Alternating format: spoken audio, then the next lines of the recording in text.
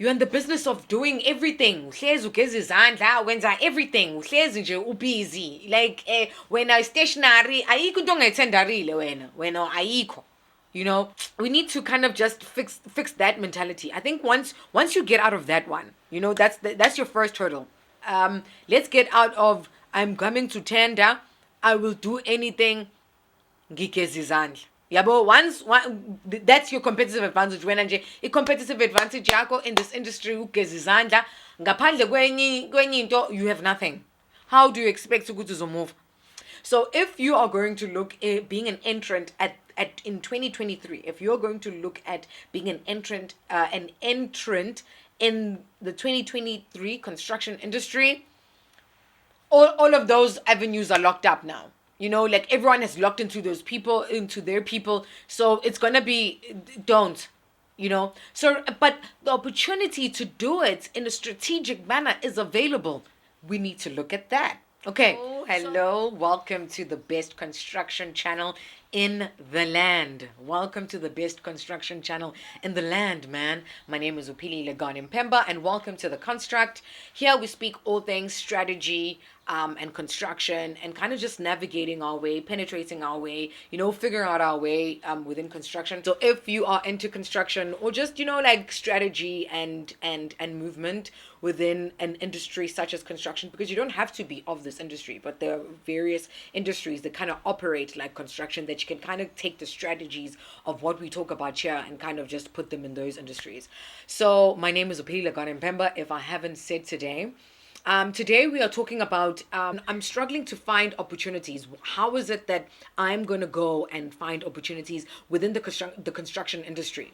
And I always say this is not like, it's not not like I will say, you know what, you just need to fill in this form and go to that line and do this and do that. With construction, it doesn't work like that. I feel like a lot of people, when they come into the internet, they are looking for an instant response. Like, how do I start a construction company? And then you get it from Google, and you know, you get all of that, and then you do that, and then you start a construction company, and then like, how do I find opportunities? And you kind of just get that. With construction, like a lot of industries, you can get those like you can get those Googleable answers, but it is with construction, it doesn't work like that. And that's why I want us to have a conversation about it. Okay, cool. We cannot speak about being able to find opportunities within the construction industry without talking about reliability. You know, I think when it comes, we are construction scamming industry. You know, so when you are looking into those opportunities, you're going to have a lot of eagerness, and you're going to want to be, you know, like, you know, because success stories, you know, there are a lot of success stories here, you know, of people just becoming instant millionaires. And it's given people an impression that, you know, it's possible. So when you are getting ridiculous opportunities, it's easy for you to jump into them. I would say don't, you know, or research enough. And once you are in an industry that you've researched enough, it's you are able to navigate yourself a little bit better. You are able to make informed decisions because you have researched and know who the key players are, and you are not just going to get a 15 million project from a company that you've never heard before. So it's being educated in your niche, and being educated in the things that you are going into is going to make your footing a little bit stronger when it comes to the projects that you are going into.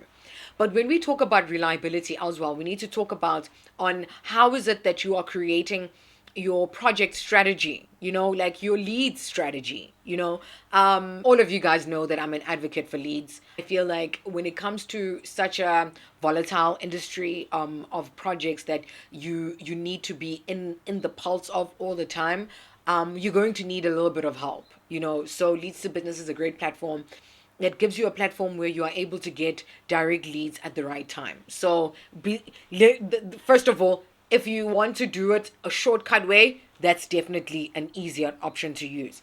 But when it comes to projects and I've gotten like an underlying question of how is it that I go into, how is it that I contact those people? I've contacted people, whichever of the big construction companies, and I want to subcontract for them. I went to site and then they kind of didn't get back to me. That's the problem. they were already on site. Do you think that Avenge will be on site and not have their subcontractor already? Like they are just waiting for someone to come for an opportunity. That's why it's important for you to know when to go into the project. You don't go when they're on sites. On sites, those decisions are made. Everything is already locked in. It's pretty much locked in. So you need to know the projects. You need to know when was it awarded, who was it awarded to, for you to start to have the relevant conversations with those people. And in order for you to be able to do that, I would imagine if you're going to be using the e-tender system, then you need to kind of be in tune with what e-tenders are. So what I would do is I would narrow it down to my industry. So I'll narrow it down. What do I do? What do I specialize in? You go in, even if you are not particularly tendering for those projects. So I'm a level 1. Obviously, I'm not going to get the thing. Or level 3. Obviously, I'm not going to get that tender. But a level 6 will get it. And when a level 6 wins it, I want to be able to contact all those people that are that have bid for that project, for me to be able to subcontract for them, because when they are moving, they also want to move with people. So then you contact those people at that time. They are tendering, they are putting those things in. You want your name to be there. That is the time where you want to be creating those relationships, and those are where the opportunities are, not on site. So as I'm saying, go to e-tenders, get all those projects. Just because a project is not your level does not mean it's not an opportunity for you. And you need to understand what you're doing enough in order to be able to narrow it down to the companies that do them. And when those companies are tendering, you are having those conversations with them at that particular moment. But in order for you to be able to do that, you need to know what projects are coming out and what projects are happening and where they're tendering and all of that. And in order for you to do that, you need to be on it when it comes to your leads. On it when it comes to your leads. That's where the opportunities are, guys. There are people that are going to put in people that they know, great. But you can never beat a great price. So if you're going to come in strong. Now you are creating, they're not going to take you. Not everywhere is going to take you. But construction is also a business. Like people are also trying to make money here. So if you are coming with a great solution at a number 1 price, then you're done. So when it comes to, I think that is roundabout where I want us to think about when it comes to understanding opportunities within construction. Yes, we might all be in different sectors and different niches, but the way in order to be able to penetrate opportunities won't be the same. But I think you also need to be smart around the way that you play yourself and place yourself within those construction opportunities. So where are all the big contracts? They are there tendering. They are there at briefing meetings. They are there on site. It's important for me to always tell you guys that you need to understand your ecosystem. Your ecosystem will tell you where you need to be at what time, who is chowing what at what time. So if you are coming into the construction industry and you are wanting to move within the industrial sectors, and you don't know how the food chain works, then you won't be able to move, because you won't know whether you are there by the herbivores, where you are there by the omnivores. You don't know where to place yourself, because I felt like when it comes to a lot of young people that are coming into the construction industry, I think they don't really understand their competitive advantage. There's a schism between, when it comes to how people move within the construction industry. There are people that are the hustlers, and there are people that are academics. And I feel like at this point within this industry, they haven't really learned how to speak to each other. And that's why the people that are coming into the industry are finding themselves so confused, because they have an academic perspective on a hustler's street. And that's where the clash happens. And then you get people that are hustlers mentalities that are coming onto academic streets, and it's not working. It's not the technical streets or the academic streets, and it's not we're not really having those the right conversations to with each other. But the ultimate thing is that we validate each other. So the hustlers validate the people that are in the technical and academic fields, and the people that are in the academic and technical fields validate the hustlers. So I think once we find a way to speak to each other and have and understand each other and how we move, then it's going to be powerful.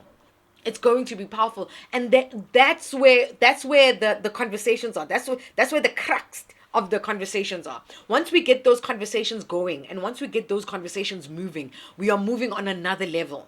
Because we can't really not credit the people that are not really academically inclined, that are moving in this industry and are moving like badasses, but at the same time, we can't really not take we can't, because it's such a structured industry, we don't have the luxury of just going at a whim.